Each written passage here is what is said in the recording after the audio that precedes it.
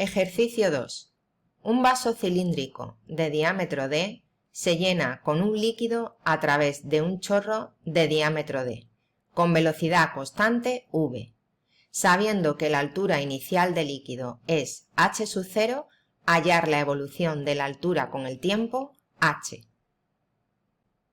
Este problema puede resolverse empleando un volumen de control fijo o un volumen de control móvil. Lo vamos a hacer primero suponiendo que tomamos un volumen de control fijo. El volumen de control elegido va a ser el determinado por la superficie sigma del vaso, que está formado por el lateral cilíndrico del vaso y el fondo horizontal del vaso. Hemos incluido dos superficies dentro de sigma v porque las dos tienen la misma condición de contorno. Tenemos también la sigma de la entrefase, que coincide con la entrefase libre del líquido, y la sigma del chorro, que se encuentra justo debajo de la zona de impacto del chorro.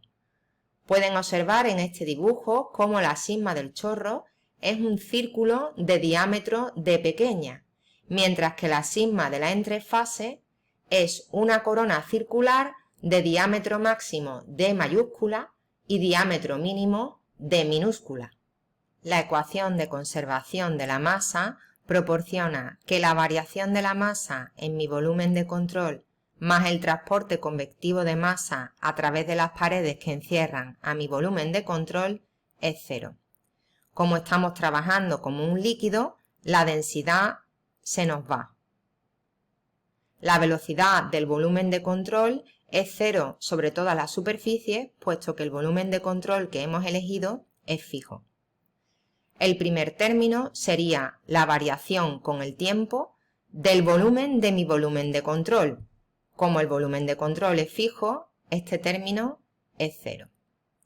El segundo término habrá de ser evaluado sobre la sigma del vaso, sobre la sigma de la entrefase y sobre la sigma del chorro. Sobre la sigma del vaso, el transporte convectivo de masa es 0, ya que tenemos una pared, y a través de una pared no pasa nada mediante transporte convectivo, ni masa, ni cantidad de movimiento, ni energía. Sobre la sigma de la entrefase, el vector normal exterior al volumen de control es L sub z. La velocidad del fluido es h punto e sub z, donde h es la incógnita de nuestro problema. El producto escalar de v por n sería h punto, y el área de la sigma de la entrefase será el área del círculo d mayúscula menos el área del círculo d minúscula.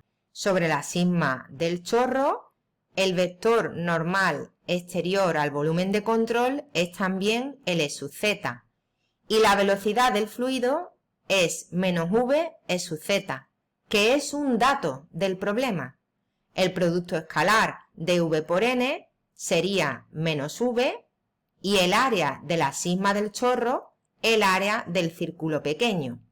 Sumando los términos obtenidos podemos despejar h punto.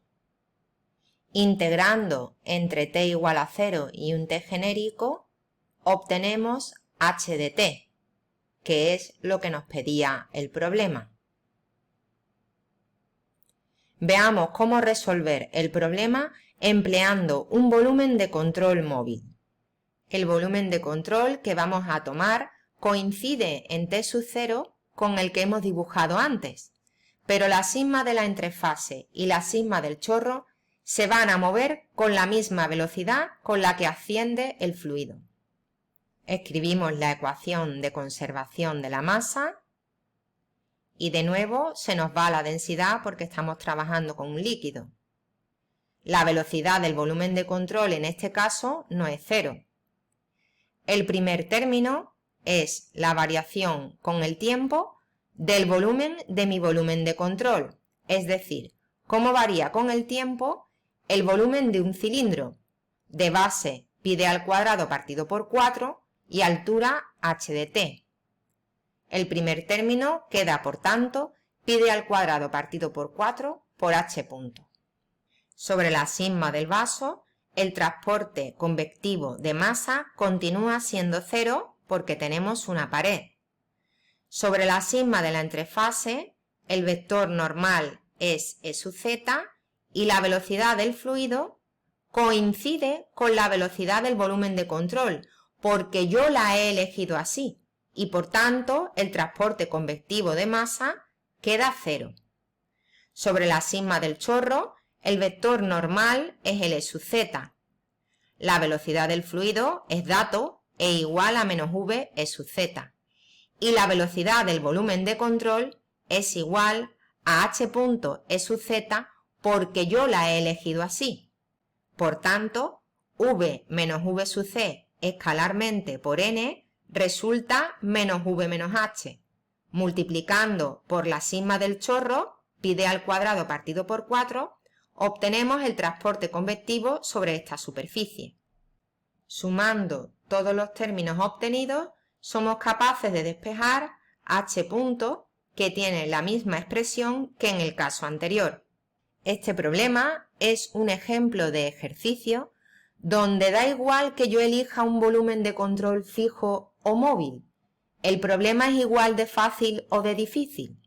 El resultado, lógicamente, es el mismo. Si yo tomo un volumen de control fijo, el primer término es 0 y ninguno de los transportes convectivos es 0.